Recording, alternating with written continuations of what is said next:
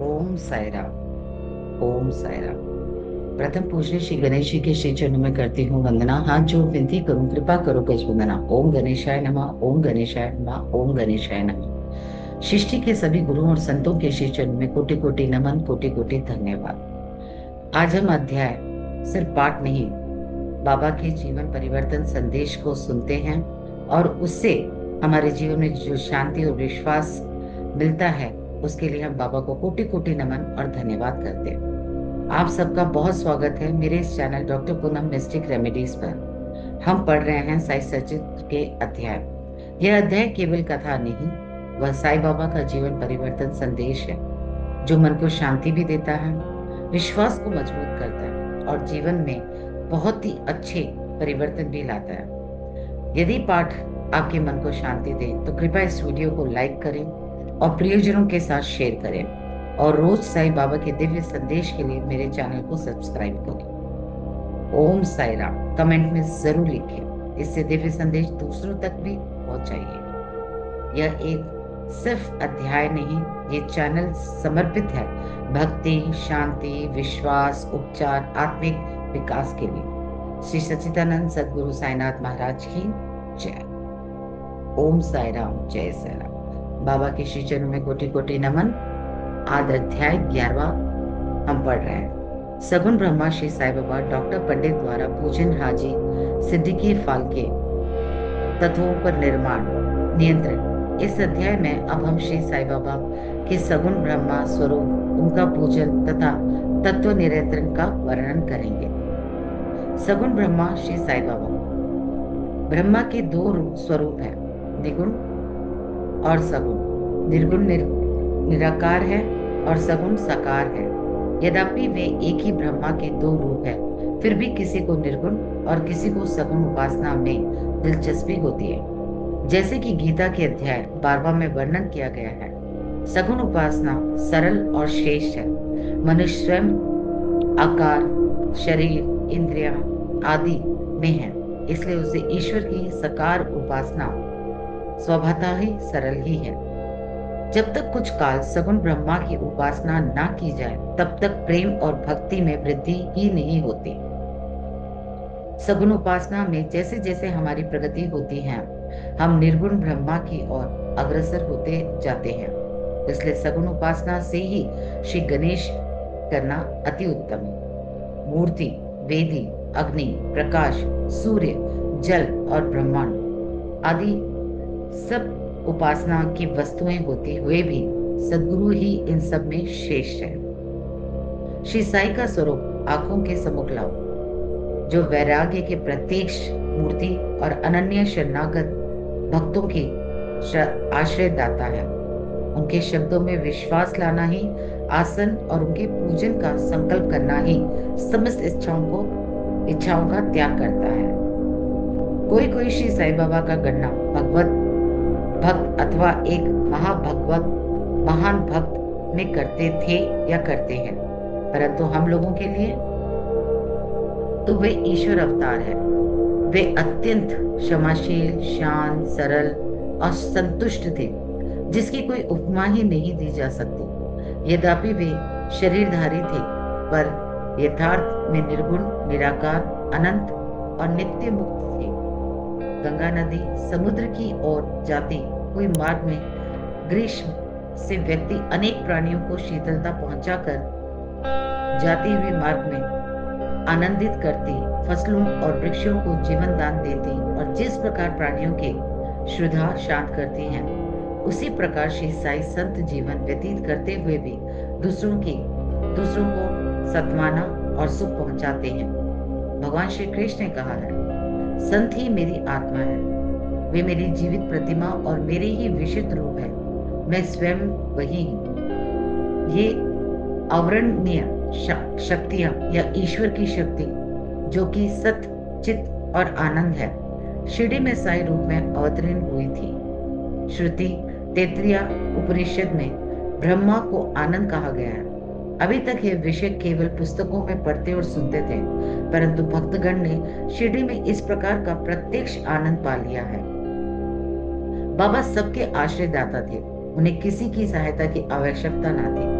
उनके बैठने के लिए भक्तगण एक मुलायम आसन और एक बड़ा तकिया लगा देते थे। बाबा भक्तों के भाव का आदर करते और उनकी इच्छा अनुसार पूजन आदि करने देने में किसी प्रकार की आपत्ति न करते थे।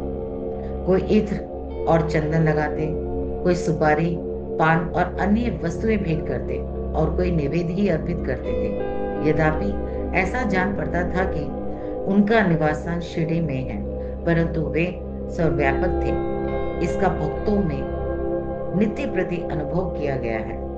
ऐसे सर्वव्यापक गुरुदेव के चरणों में मेरा बार बार नमस्कार। डॉक्टर पंडित की भक्ति। एक बार श्री तात्या नुलकर ने मित्र डॉक्टर पंडित बाबा के दर्शनार्थ शिरडी पधारे। बाबा को प्रणाम कर वे मस्जिद में कुछ देर तक बैठे।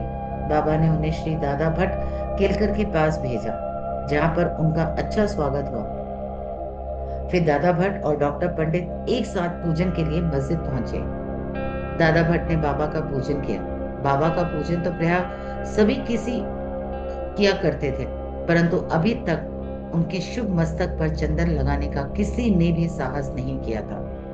केवल एक महालक्ष्मी ही उनके गले में चंदन लगाया करते थे। डॉक्टर पंडित ने पूजन की थाली में से चंदन लेके बाबा के मस्तक पर त्रिपुराकार लगाया। लोगों ने महान आश्चर्य से देखा कि बाबा ने एक शब्द भी नहीं कहा। संध्या समय दादा भट्ट ने बाबा से पूछा, क्या कारण है कि आप दूसरों को तो मस्तक पर चंदन नहीं लगाने देते, परंतु डॉक्टर पंडित को आपने कुछ भी नहीं कहा?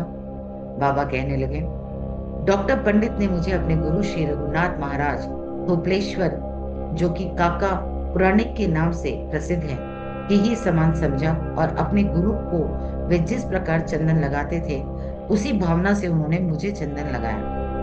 तब मैं कैसे रोक सकता था? पूछने पर डॉक्टर पंडित ने दादा भट्ट से कहा कि मैंने बाबा को अपने गुरु काका पुराणिक के समान जानकर ही उन्हें त्रिपुराकार चंदन लगाया है, जिस प्रकार मैं अपने गुरु को सदैव लगाया करता था। यद्यपि बाबा भक्तों को उनकी इच्छा अनुसार ही पूजन करने देते थे, परंतु कभी कभी तो वो उनका व्यवहार विचित्र ही हो जाया करता था। जब कभी वे पूजन की थाली फेंक कर रुद्र अवतार धारण कर लेते, तब उनके समीप जाने का साहस किसी को ना हो सकता था। कभी वे भक्तों को झिड़कते और कभी मोम से भी नरम होकर शांति तथा क्षमा की मूर्ति से प्रतीत होते थे।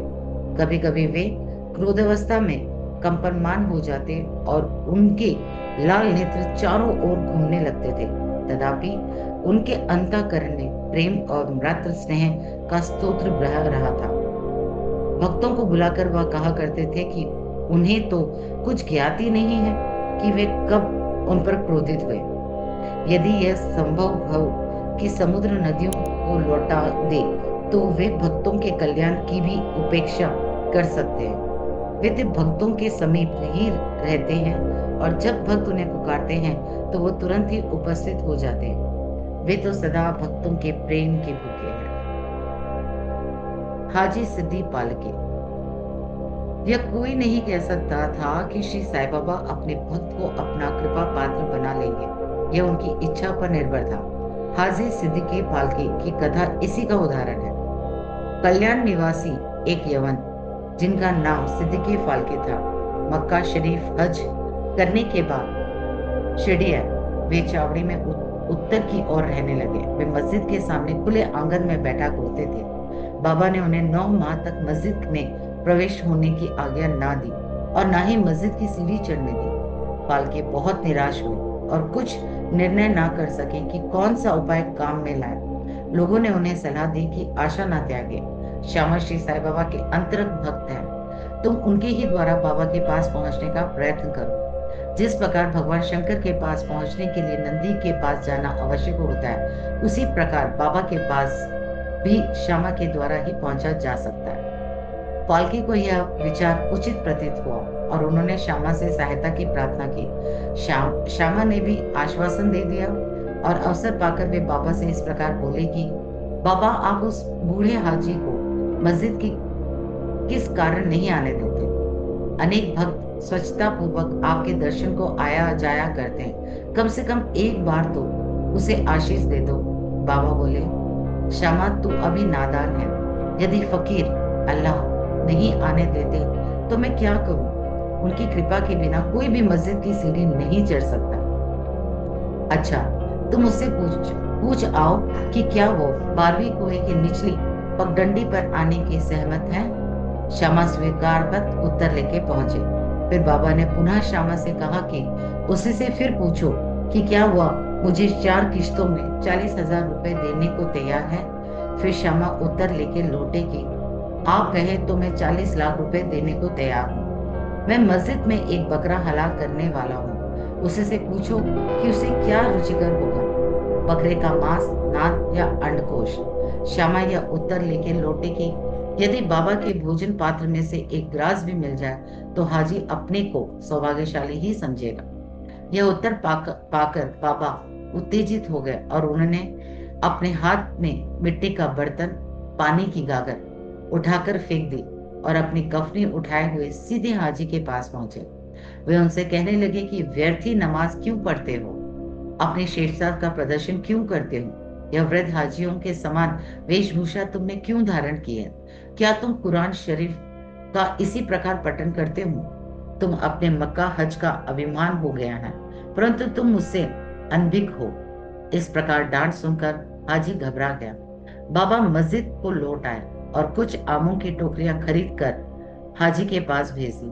वे स्वयं ही हाजी के पास गए और अपने पास से 55 रुपए निकालकर हाजी को दिए। उसके बाद ही बाबा हाजी से प्रेम करने लगे तथा अपने साथ भोजन करने को बुलाने लगे। अब हाजी भी अपनी इच्छा अनुसार मस्जिद में आने जाने लगे। कभी कभी बाबा उन्हें कुछ रुपए भी भेंट में दिया करते थे। इस प्रकार हाजी बाबा के दरबार में सम्मिलित हो गए। बाबा का तत्वों पर नियंत्रण। बाबा के तत्व नियंत्रण की 2 घटनाएं के उल्लेख के साथ ही अध्याय समाप्त हो जाएगा। पहला, एक बार संध्या समय शिरडी में भयानक झंझावात आया। आकाश में घने और काले बादल छाए हुए थे। पवन झकोर रहा था, बादल गरज रहे थे और बिजली चमक रही थी। मूसलाधार वर्षा प्रारंभ हो गई। जहां देखो वहां जल ही जल दृष्टिगोचर होने लगा। सब पशु पक्षी और शिरडीवासी अधिक भयभीत होकर मस्जिद में एक चित्र हुए। शिरडी में देवियां तो अनेक है, परंतु उस दिन सहायता कोई ना आई। इसलिए सभी ने अपने भगवान साईं से, जो भक्ति के ही भूखे थे, संकट निवारण करने की प्रार्थना की। बाबा को भी दया आ गई और वे बाहर निकल आए। मस्जिद के समीप खड़े होकर उन्होंने बादलों की ओर दृष्टि कर गरजते हुए शब्दों में कहा, बस शांत हो जाओ। कुछ समय के बाद ही वर्षा और जोर कम हो गया और पवन मंद पड़ गई तथा आंधी भी शांत हो गई। आकाश में चंद्रदेव उदित हो गए। तब सब लोग अति प्रसन्न होकर अपने अपने घर लौट आए। दूसरा, एक अन्य अवसर पर मध्याह्न के समय धूनी की अग्नि इतनी प्रचंड होकर जलने लगी कि उसकी लपटें ऊपर छत तक पहुंचने लगी। मस्जिद में बैठे हुए लोगों की समझ में ना आता था कि जल डालकर अग्नि शांत कर दे अथवा कोई और अन्य उपाय काम में लावे। बाबा से पूछने की साहस कोई नहीं कर पा रहा था, परंतु बाबा शीघ्र परिस्थिति को जान गया। उन्होंने अपना सटका उठाकर सामने के खंभे पर बलपूर्वक प्रहार किया और बोले, नीचे उतरो और शांत हो जाओ। सटके की प्रत्येक ठोकर पर लपटें कम होने लगे और कुछ मिनटों में ही धुनी शांत और यथापूर्वक हो गई। श्री साई ईश्वर के अवतार है, जो उनके सामने नत होकर, उनके शरणागत होकर उस पर वे अवश्य कृपा करेंगे। जो भक्त इस अध्याय की कथाएं प्रतिदिन श्रद्धा और भक्ति पूर्वक पठन करेगा, उसका दुखों से शीघ्र ही छुटकारा हो जाएगा। केवल इतना ही नहीं, वरन उसे सदैव श्री साई चरणों का स्मरण बना रहेगा और उसे अल्प काल में ही ईश्वर दर्शन की प्राप्ति होकर उसकी समस्त इच्छाएं पूर्ण हो जाएंगी और इस प्रकार वह निष्काम बन जाए। श्री सद्गुरु साईनाथ ब्रह्मस्तु शुभम भवतु। बोलिए श्री सच्चिदानंद सद्गुरु साईनाथ महाराज की जय।